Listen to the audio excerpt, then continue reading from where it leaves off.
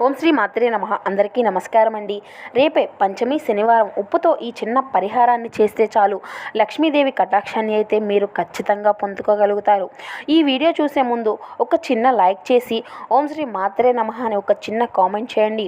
రేపే పంచమి, పైగా శనివారం, చాలా అద్భుతమైనటువంటి రోజు. ఈ రోజు ఉప్పుతో ఈ యొక్క చిన్న పరిహారాన్ని చేస్తే చాలు మీ ఇంట్లో ఉన్నటువంటి ఇబ్బందులు అన్నీ కూడా ఖచ్చితంగా తొలగిపోతాయి. లక్ష్మీదేవి అనుగ్రహం అనేది మీరు ఖచ్చితంగా పొందుకోగలుగుతారు. లక్ష్మీదేవి అయితే 1,00,00,000 రూపాయలను అయితే ఖచ్చితంగా ఇస్తుంది. బిచ్చగాడు అయినా సరే కుబేరుడిగా మారిపోతాడు. మీ సుడి అంతా కూడా తిరిగిపోతుంది. మీ యొక్క సమస్యలు అన్నీ కూడా తొలగిపోతాయి. ఉప్పుతో ఈ యొక్క పరిహారాన్ని చేయడం వల్ల వితిన్ సెకండ్స్లోనే మంచి ఫలితాలు అయితే మీరు ఖచ్చితంగా చవి చూడగలుగుతారు. మీరు పట్టిందల్లా బంగారం లాగా మారిపోతుంది. ఎంత పెద్ద సమస్యలు ఉన్నా కూడా తీరిపోతాయి. కాబట్టి పంచమ తిథి కలిసి వచ్చినటువంటి ఈ రోజున ఈ యొక్క పరిహారం చేయండి. చాలా మంచి రిజల్ట్ అనేది మీకు ఖచ్చితంగా వస్తుంది. లక్ష్మీ కటాక్షం అనేది కలుగుతుంది. పంచమ తిథి ఉన్నటువంటి రోజున ఆడవారు ఉదయాన్నే నిద్రలేచి ఇంటిని వాకిలిని శుభ్రం చేసుకొని ఆ తర్వాత స్నానం చేసుకోవాలి. అలా స్నానం చేసేటువంటి నీటిలో చిటికెడు పసుపు మరియు 2 లేత వేప ఆకులను నీటిలో కలిపి స్నానం చేస్తే చాలా మంచిదండి.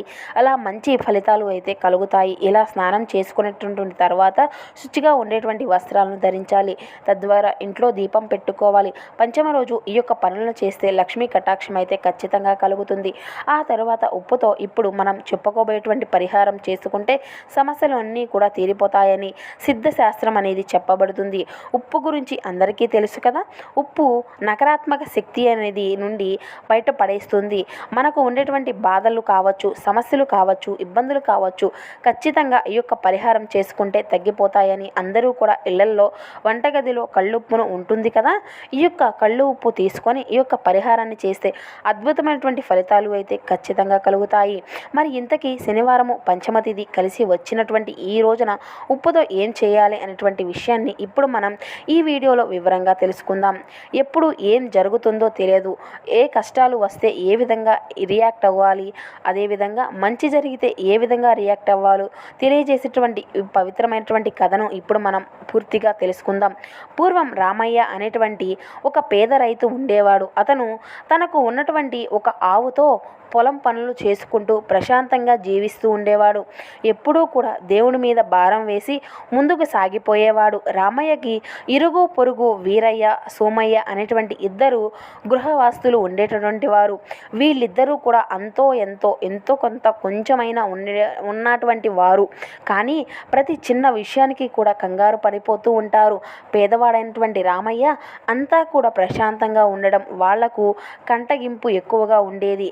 ఇలా ఉండగా ఒకరోజు రామయ్య ఆవుల వెంబడి కనిపించకుండా వెళ్ళిపోతుంది. అంటే ఆవుల మందలో కలిసిపోతుంది. విషయం తెలిసినటువంటి వీరయ్య, రామయ్యలు ఇదే మంచి సమయమని రామయ్యను పరామర్శించడానికి వెళ్ళారు. అయ్యో రామయ్య, నీ ఆవు కనిపించకుండా వెళ్ళిపోయిందంటగా, ఎంత దురదృష్టం అన్నారు. లేని విచారం అంతా కూడా నటిస్తూ అప్పుడు రామయ్య తాఫీగా దురదృష్టము అదృష్టము ఎవరికి తెలుసు, ఎలా జరగాలని ఉంటే అలా జరుగుతుంది అన్నాడు నిర్లిప్తంగా. ఆ యొక్క తర్వాత వీరయ్య, సోమయ్యలు బయటికి వచ్చి వీడి దుంపతెగా ఆవు పోయినందుకు వీసమంత బాధ కూడా లేదు, అంటే కొంచెమంత బాధ కూడా లేదు వెదవకి అని అనుకుంటారు. ఒక వారం రోజుల తర్వాత రామయ్య ఆవు అడవి నుండి తిరిగి వచ్చి ఇల్లు చేరింది. అది వస్తూ మరొక 3 ఆవులను వెంటబెట్టుకొని వచ్చింది. అది చూసినటువంటి ఊరు వాళ్ళందరూ కూడా అదృష్టము అంటే రామయ్యదే అని అనుకుంటారు. పొగరబోతులైనటువంటి వీరయ్య, సోమయ్యలు మాత్రం పనిగొట్టుకొని మరి రామయ్య దగ్గరకు వచ్చి, నీ పంట పండింది రామయ్య, నీది అలాంటి ఇలాంటి అదృష్టం కాదు సుమి, ఒక్కసారిగా 4 ఆవులకు యజమానుడు అయ్యావు అని అన్నారు. మనసులో కుళ్ళు బయటకు కనబడకుండా దానికి రామయ్య మాత్రం, ఇది అదృష్టమో దురదృష్టమో ఎవరికి తెలుసు, నాకున్నది మాత్రం ఒకే ఆవు అన్నాడు తాపీగా. ఒకరోజు రామయ్య కొడుకు ఆ కొత్త 3 ఆవుల్లో ఒక ఆవు ఎక్కి సారీ చేయడానికి ప్రయత్నించబోగా అది విదిలించి అంత దూరం అయితే విసిరేసి పడేసింది. దాంతో అతని 2 కళ్ళు కాళ్ళు విరిగిపోయాయి. విషయం తెలిసినటువంటి వీరయ్య, సోమయ్యలు రామయ్యను కలిసి ఆవులు రావడం దురదృష్టమే, అదృష్టమో అన్నావు కదా చూడు ఎంత పని జరిగిందో. ఎదిగిన కుర్రాడిని మూలన పడ్డాడు, అదృష్టవంతులని మార్చేది ఎవరు అన్నారు. అప్పుడు రామయ్య తన సహజ ధోరణితో ఎప్పటిలా కలకాలము అదృష్టమో దురదృష్టమో ఎవరికి తెలుసు అన్నాడు నెమ్మదిగా. ఆ తరువాత వీరయ్య, సోమయ్యలు బయటికి వస్తూ వీటికి ఆ బయట ఉన్నటువంటి బండరాయికి ఏమాత్రమూ కూడా తేడా లేదు. చెట్టు అంత కొడుకు కాళ్ళు విరిగిపోయినట్ల ఉన్నా కూడా ఇప్పటికైనా వాడి మొహంలో విచారం చూద్దామంటే కనబడడమే లేదు. పైగా ఇలా జరగడం అదృష్టమే అని అనుకుంటున్నాడు. ఏమిటి ఈ పిచ్చవాడు అనుకుంటూ బయటికి వస్తారు కోపంగా.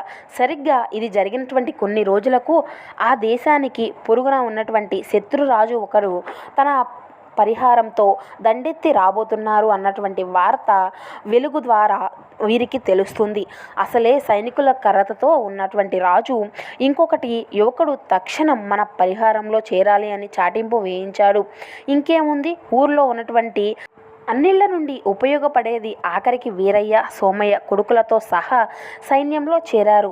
ఒక కాళ్ళు విరిగిపోయినటువంటి రామయ్య కొడుకు తప్ప. అప్పుడు వీరిది ఆ సమయంలో విచారం అంతా కూడా ఇంత కాదు. తమ తప్పిదనాన్ని తెలిసినటువంటి వాళ్ళు రామయ్య దగ్గరకు వచ్చి ఎప్పటికప్పుడు నువ్వు అన్నటువంటి ప్రతి మాట కూడా అక్షర సత్యాలు. నిజంగా నీలాంటి స్థితి ప్రతిజ్ఞ అందరికీ ఉండదు. నువ్వు దుఃఖపడుతూ ఉంటే చూసి సంతోషించుకున్నాము, మమ్మల్ని క్షమించవయ్యా అని అతన్ని కోరారు. అప్పుడు రామయ్య వారితో ఇలా అన్నాడు. నెమ్మదిగా జీవితం అనేది ఒక హెచ్చుతగ్గులు, కొండ బాధలు, దాని మీద విజయాలు, అపజయాలు, మిత్రులు, సుఖదుఖాలు, అదృష్టము, దురదృష్టము ఎప్పుడూ కూడా ఒకేలా ఉండవు. అవి మారుతూ ఉంటాయి. మన వ్యక్తిగతంగా వాటిని ప్రతిస్పందించకుండా ముందుకు నడిచిపోవడమే జీవిత పరమార్థము అని నేను భావిస్తూ ఉంటాను. ఇప్పటికీ చెప్తాను, నాకు ఉన్నది ఒకే ఆవు మాత్రమే. మిగిలిన ఆవులతో ఏదో ఒక రోజు ఆ రాజు అడవిలోకి వెళ్ళిపోవచ్చు. ఆ కొడుకు స్వస్థుడయ్యాక సైన్యంలోనూ చేరవచ్చు. ఎప్పుడు ఏం జరుగుతుందో ఎవరూ చెప్పలేడు. దేవుడు ఎప్పుడు ఏం చేస్తాడో తెలియదు కదా అన్నాడు. ఇంతకు మించి నమ్మదస్తుడు మరొకడు ఎవరూ లేరు అని, తమ యొక్క అజ్ఞానాన్ని లెక్కింపలేము అని ఇక వారు ఇద్దరు కూడా తమ ఇంటి దారిని పట్టారు. పంచమ తిథి అనేది చాలా మంచిది. లక్ష్మీదేవికి ఎంతో ఇష్టమైనటువంటి తిథి. పంచమ తిథి శనివారంతో కలిసి వస్తే ఇది లక్ష్మీనారాయణకు ఎంతో ఇష్టమైనటువంటి రోజుగా మారుతుంది. ఇటువంటి రోజున ఉప్పుతో ఏ పరిహారం చేసినా కూడా అద్భుతమైనటువంటి ఫలితాలు అయితే వస్తాయి. ఎందుకంటే ఉప్పు అనేది లక్ష్మీ స్వరూపం. ఎవరైతే ధన సమస్యలతో, అప్పుల బాధలతో సతమతమైపోతూ ఉన్నారో, అంత సంపాదించినటువంటి ధనం చేతిలో నిలవనైనట్టయితే ఖర్చు అయిపోతూ ఉంటాయి. అది దిగులు పడుతూ ఉన్నారో వారందరూ కూడా చక్కగా ఈరోజు ఈ యొక్క పరిహారాన్ని చేసుకోవచ్చు. ఈరోజు కొంచెం ఉప్పును తీసుకోండి. కొంచెం అంటే 2 స్పూన్ల ఉప్పు తీసుకొని ఒక గ్లాసులో వేసుకోండి. ఇలా ఒక గ్లాసు గాజు గ్లాసు తీసుకొని, స్టీల్ గ్లాసులు, రాగి గ్లాసులు, ఇలా ఏ గ్లాసు అయినా పర్వాలేదు అండి, ఒక గ్లాసును అయితే తీసుకొని ఆ యొక్క గ్లాసులో 2 స్పూన్ల ఉప్పు వేయండి. ఆ తరువాత మంచి నీళ్లను వేయండి. మీరు తాగేటువంటి నీరు కూడా ఉంటుంది కదా, ఆ నీటిని పోసిన తర్వాత ఆ యొక్క ఉప్పును నీటిలో అంటే చిటికెడంత పసుపును కూడా వేయండి. అలాగే 2 మిరియాల గింజలు కూడా తీసుకొని పొడిలాగా చేసి ఆ యొక్క మిరియాల పొడిని కూడా నీటిలో కలపండి. చివరిలో 2 లవంగాలు కూడా తీసుకొని పొడి చేసి ఆ యొక్క నీటిలో కలిపేసేయండి. తద్వారా వీటన్నిటినీ కూడా బాగా కలిపి ఆ యొక్క నీటిని కూడా చేతిలో పెట్టుకొని ఆ యొక్క గ్లాసు మీద ఎడమ చేతితో అంటే మూతలాగా పెట్టేసేసి మీ చేతితోనే మూతలా పెట్టేసేయండి. ఓం శాంతి అనేటువంటి మంత్రాన్ని 11 సార్లు జపించండి. అలా జపించినటువంటి తర్వాత ఆ యొక్క నీటిని తీసుకువెళ్ళి మీ ఇంట్లో ఉన్నటువంటి అన్ని గోడల మీద చల్లండి. తద్వారా మీ ఇంటి చుట్టూ కూడా చల్లాలి. అంటే ఇంటి బయట నుంచి కానీ లేదంటే డాబాపై కానీ ఎక్కి ఇంటి అంతా కూడా ఆవరణ అంతా కూడా వీటిని చల్లుకోవాలి. అలాగే డోర్ కూడా ఉంటుంది కదా, వాటి మీద కూడా గుమ్మాల మీద కూడా ఇలా చల్లేసుకుంటూ ఉండాలండి. ఇలా ఇల్లంతా కూడా నీటిని చల్లుకోండి. ఇంకా ఏమైనటువంటి నీరు మిగిలితే ఆ యొక్క నీటిని తులసి మొక్క మొదట్లో పోసేసేయండి. పంచమ తిథి కలిసి వచ్చినటువంటి రోజున ఉప్పుతో చక్కగా మీకు ఈ విధంగా ఎంతో తేలికైనటువంటి అన్నీ కూడా ఇంట్లో ఉండేటువంటి ఈ చిన్న చిన్న వస్తువులతో ఈ విధంగా పరిహారం చేసుకుంటే మీ యొక్క పరిస్థితులు అంటే మీ యొక్క ఆర్థిక పరిస్థితులు మీకున్నటువంటి కష్టాలు అన్నీ కూడా తిరిగిపోతాయి. ఒక్కసారి మ్యాజిక్ చేసినట్లుగా మీ యొక్క జీవితం అంతా కూడా అద్భుతంగా మారిపోతుంది. ధన సమస్యలు అన్నీ కూడా తొలగిపోతాయి. ధన లాభం అనేది కలిగి వస్తుంది. లక్ష్మీదేవి అనుగ్రహం అనేది కలుగుతుంది. లక్ష్మీదేవి ఏమి కష్టాలను తీసుకురాదు, కోట్లను ఇస్తుంది. కనుక మీరు కూడా పంచమి శనివారం రోజున ఈ యొక్క శనివారం అనేది పంచమతో కలిసి వచ్చినటువంటి ఈ రోజున ఉప్పుతో ఈ యొక్క చిన్న పరిహారాన్ని చేసి శుభ ఫలితాలను పొందండి. అదేవిధంగా ఈ వీడియో కనుక మీకు నచ్చినట్లయితే ఒక చిన్న లైక్ చేసి మమ్మల్ని సపోర్ట్ చేయడం మాత్రం మర్చిపోకండి. మొదటిగా మా ఛానల్ని కనుక ఎవరైనా కొత్తగా చూసినటువంటి వారు ఉంటే మా ఛానల్ని అయితే సబ్స్క్రైబ్ చేసుకొని మాకు కొంచెం సపోర్ట్ చేయండి friends. Thank you for watching.